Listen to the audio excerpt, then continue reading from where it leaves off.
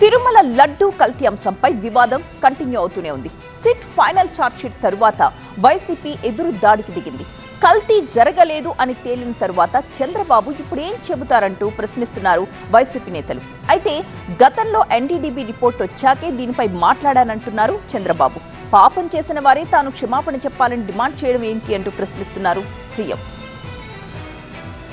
తిరుమల కల్తీ లడ్డు వ్యవహారంలో SIT final charge sheet తర్వాత ఏపీలో మళ్లీ ఈ వివాదం రాజుకుంది. లడ్డూలో జంతువుల కొవ్వు లేదని దేశంలోని ప్రధాన ల్యాబ్లు రిపోర్టులు ఇచ్చాయని ఇప్పుడు కూటమి సర్కార్ ఏం సమాధానం చెప్తుందని వైసీపీ నేతలు ప్రశ్నిస్తున్నారు. అప్పుడు తిరుమల లడ్డూలో కల్తీ జరిగిందని చంద్రబాబు రాద్ధాంతం చేశారని మండిపడుతున్నారు. అయితే తిరుమల లడ్డు కల్తీ అంశంపై గతంలో ఎన్డీడీబీ రిపోర్ట్ వచ్చాకే దీనిపై మాట్లాడానని తెలిపారు సీఎం చంద్రబాబు. తాను మాట్లాడిన తర్వాత వైసీపీ రాద్ధాంతం చేసిందన్నారు. చర్యలు తీసుకునేందుకు సిట్టు వేస్తే నన్నే క్షమాపణలు చెప్పాలంటున్నారు మండిపడ్డారు చంద్రబాబు.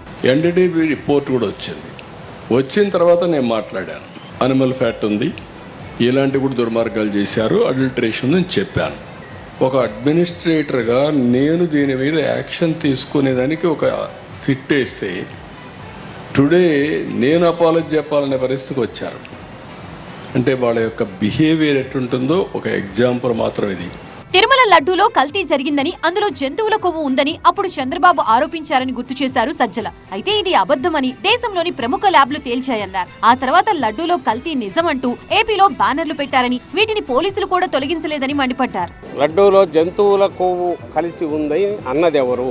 ముఖ్యమంత్రి చంద్రబాబు నాయుడు గారు ఆ మాట అన్నారు. ఇప్పుడు ఆఖరుకు ఏం తేలిద్ది? దేశంలో 2 ప్రతిష్టాత్మకమైన ల్యాబొరేటరీలు అదే అబద్ధం అని తేల్చాయి.